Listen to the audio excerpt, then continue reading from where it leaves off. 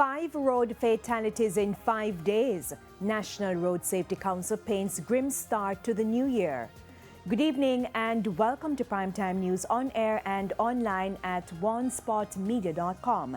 And a special welcome to viewers on TVJ International in the Cayman Islands. I'm Andrea Chisholm. Also this evening, fake and illegal. Police uncovers massive rum manufacturing operation in St. Catherine.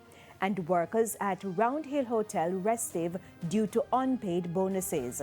There's also sports and weather in this newscast, so stay with us. Details right after this break.